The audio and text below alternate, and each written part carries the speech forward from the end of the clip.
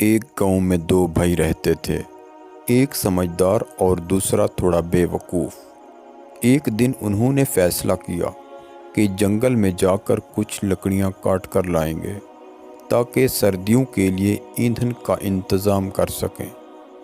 دونوں بھائی اپنے اوزار لے کر جنگل کی طرف روانہ ہو گئے۔ جنگل میں پہنچ کر انہوں نے ایک بڑا درخت پسند کیا اور طے کیا کہ اس کو کاٹا جائے۔ بڑے بھائی نے درخت کا جائزہ لیا اور سوچا کہ اگر اس کو مخصوص زاویے سے کاٹا جائے تو درخت زمین پر گرے گا اور انہیں نقصان نہیں ہوگا۔ دیکھو، درخت کو اس طرف سے کاٹنا ہے تاکہ یہ ہم سے دور گرے۔ چھوٹے بھائی نے سر ہلا دیا مگر اس کی سمجھ میں کچھ نہیں آیا۔ اس نے بڑے بھائی کی بات پر توجہ دینے کے بجائے اپنی مرضی سے درخت کاٹنا شروع کر دیا۔ وہ اس طرف سے کاٹ رہا تھا کہ درخت الٹا انہی کی طرف گرے گا۔ بڑا بھائی بار بار اسے کہتا رہا، تمہیں اس طرف سے کاٹنا ہے ورنہ درخت تمہارے اوپر گرے گا۔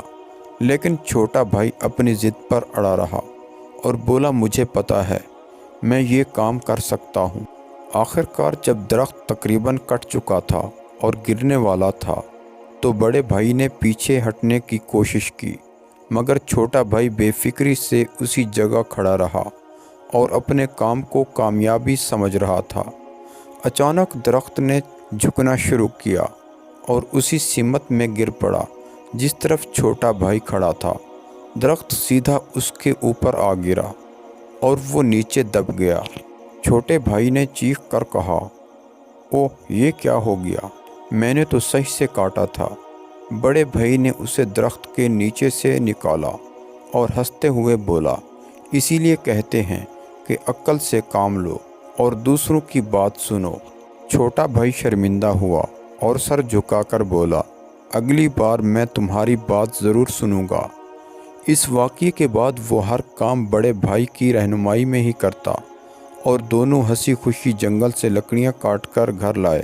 یہ کہانی ہمیں سکھاتی ہے کہ کبھی بھی ضد یا بے وقوفی سے کام نہیں لینا چاہیے بلکہ عقل اور تجربے کا احترام کرنا چاہیے۔